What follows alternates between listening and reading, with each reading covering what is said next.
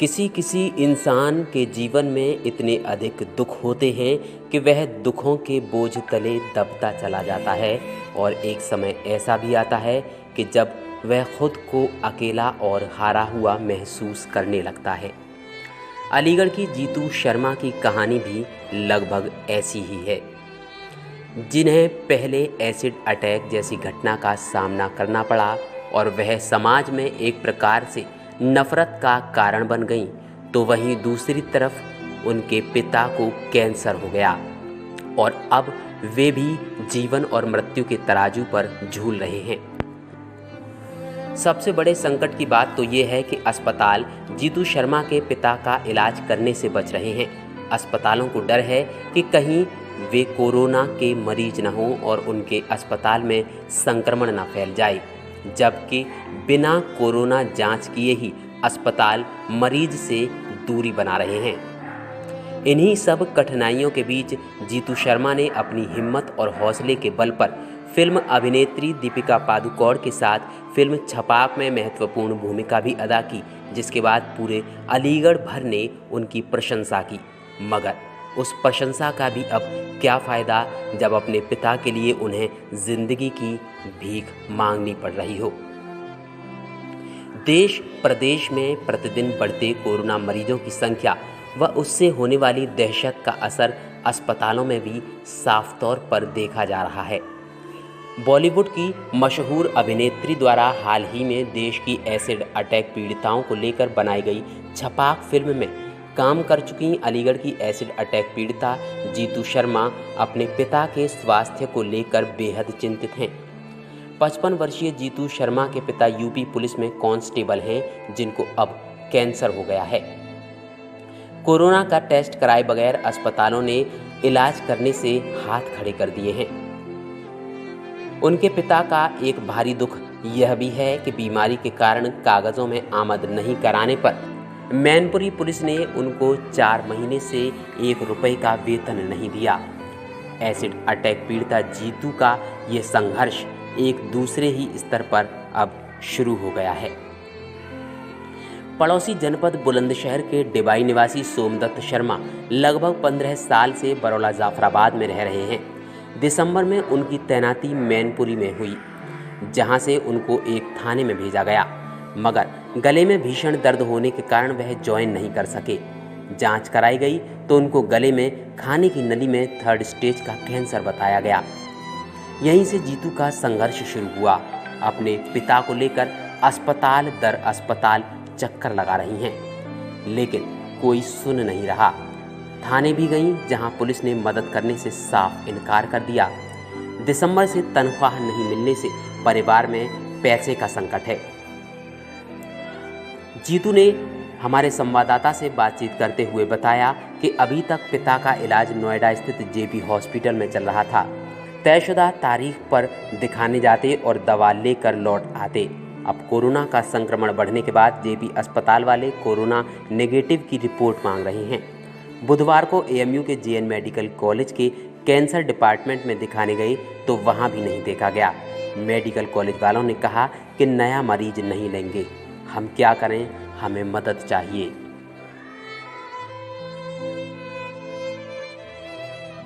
मैं एक acid attack survivor हूँ। मेरे ऊपर एसिड अटैक 2014 में हुआ था, 17 जुलाई में। तो अभी मेरे फादर को लेके है कि उनके गले में कैंसर है, तो उनके ट्रीटमेंट जेपी हॉस्पिटल नोएडा में चल रहा था। लॉकडाउन की वजह से मैं उनको नहीं ले जा पाई और ज़्यादा तबीयत बिगड़ने लगी कि 5-6 दिन से ना ही खाना खाया और ना ही बिल्कुल पानी भी नहीं जा रहा था 4 दिन से। तो हालत बहुत ज़्यादा बिगड़ने लगी और फिर मैंने सोचा कि जिला प्रशासन को मुझे कॉल करना चाहिए, 112 नंबर पे कॉल। मैंने 112 पे कॉल किया तो बोलते हैं कि हमारे पास ब्लड है कि हम लोग आपको लेके कैसे जाएंगे, आप थाने जाइए। मैं बन्ना देवी थाने गई। फिर मैं वहाँ बन्ना देवी थाने जाने पर वहाँ पर चौकी इंचार्ज नहीं थे, जो और लोग थे। उन्होंने कहा कि हम लोग आपकी हेल्प नहीं कर सकते। हम क्या हेल्प कर सकते हैं आपकी, आप टैक्सी करिए यहाँ से और दिल्ली ले जाइए उनको। मैंने कहा लॉकडाउन में दिल्ली हम कैसे जा सकते हैं कि हमारे पास कि नहीं दिल्ली जाने देंगे, अब कोई मना नहीं है। भाई ऐसे कैसे जाने दे रहे हैं जब हमारे पास कोई पहचान पत्र नहीं है कि किस तरीके से हम लोग जाएंगे, कि लोग वक्त गाड़ी रोकेंगे, पुलिस प्रशासन। हम क्या कहेंगे कि हम लोग इस काम को नहीं, ये हमारी जिम्मेदारी नहीं है, ये आपकी जिम्मेदारी है कि आप कैसे जाएंगे। मैं वहाँ से आगे 108 नंबर पे मैंने कॉल किया, एम्बुलेंस आई, मेडिकल लेके गई।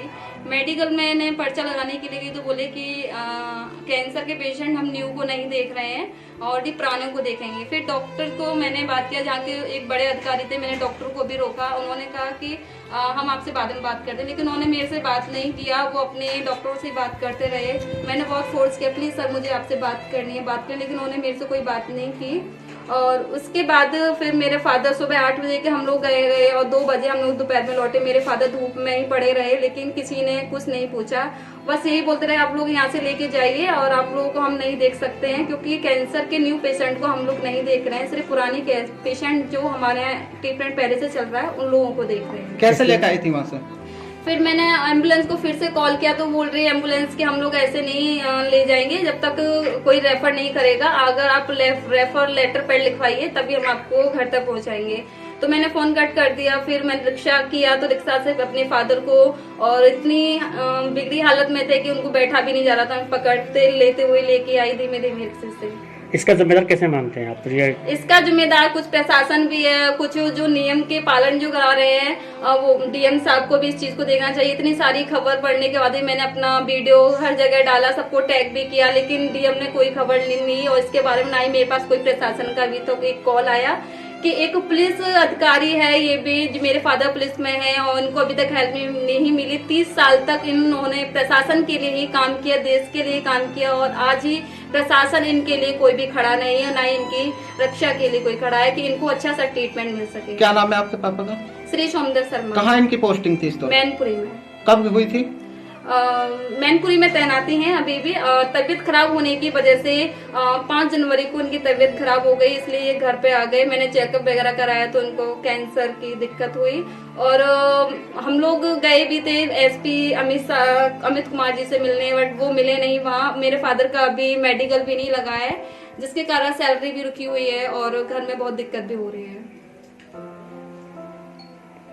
मतलब जो मेरी दीदी ने फिल्म छपक में काम किया है, तो मतलब दीदी को पहले से बहुत ही अच्छा वो मिला है, क्योंकि मतलब आजकल लड़कियों को, ऐसे लड़कियों को देखते भी नहीं थे, जॉब भी नहीं मिला था मेरी बहन को। बहुत भाग दौड़ की मेरी बहन ने, और हर किसी में सब मना कर देते कि नहीं हम एक्सीडेंट लड़कियों को जॉब नहीं देते, आपका फेस देख के लोग किस तरीके से वो करेंगे, हमारे कस्टमर भी नहीं आएंगे। फिर दीदी ने फिर लखनऊ में जाके फिर वो किया, बहुत भाग दौड़ की, हर किसी से मिली, तब जाके दीदी की लखनऊ में जॉब मिली।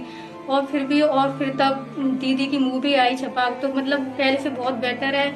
और दीदी के ऊपर केस 2014 में हुआ था, 17 जुलाई। अच्छा, जैसे तो आपके पिताजी तबीयत खराब है, कब से है ये? पापा जी को समथिंग 1 साल हो गया। पापा जी ने पहले दिखाया नहीं था, क्योंकि पापा जी बोलते थे हमने दिखा दिया, इस वजह से दिक्कत पापा जी को और हो गई। फिर दीदी लखनऊ से आए, दीदी को बहुत बेचैनी होती थी पापा के बारे में कि पापा जी आप दिखाओ दिखाओ, पापा जी नहीं दिखाते। फिर दीदी आई, फिर दीदी लेके गई, तब जाके दीदी ने दिखाया पापा जी को, तब देखा तो इसमें कैंसर पाया गया। आप किस तरह की दिक्कत सामने आ रही है? अब दिक्कत इतनी बड़ी दिक्कत आ रही है कि अब पापा जी इधर पड़े हैं और घर में मतलब बहुत बड़ी दिक्कत आ चुकी है। और ना तो कल मेडिकल भी गए थे हम, वहाँ भी मना कर दी, वहाँ भी बोलती है कि हम न्यू पेशेंट को नहीं लेते। अब 8 बजे के बजे घर पर 1 बजे आए, तो बहुत दिक्कत थी। कितने भाई बहन हो? हम 3 भाई 1 बहन है। मतलब पापा किस चीज में जॉब करते थे? पापा जी मेरे पुलिस में है, मैनपुरी। तो आमद हो गई थी इनकी वहाँ पे? नहीं, अभी नहीं हुई। फिर वो ऐसा तो दिक्कत हो गई थी 5 तारीख को, जो 5 जनवरी को पापा यहाँ पर आ गए थे। पैसे की बहुत प्रॉब्लम है, कुछ भी नहीं हुआ, भाग दौड़ की बहुत मम्मी दीदी ने, पर कुछ भी नहीं हुआ। इन दिनों देश भर में मरीजों के साथ ये एक बड़ी समस्या खड़ी हो चुकी है। अगर वे आपातकाल की स्थिति में अस्पताल जाते हैं तो अस्पताल उन्हें किसी न किसी कारण से भर्ती करने से ही मना कर देता है। ऐसे में कोरोना पीड़ितों को तो बचाने की कोशिश की जा रही है, लेकिन दूसरी बीमारियों से मरने वालों की संख्या में इजाफा हो सकता है। जीतू के साथ भी इन दिनों यही सब हो रहा है। अब ऐसे में देखना होगा कि जीतू शर्मा अपने पिता का इलाज करा सकेंगी अथवा नहीं। अलीगढ़ से बबलू खान की रिपोर्ट।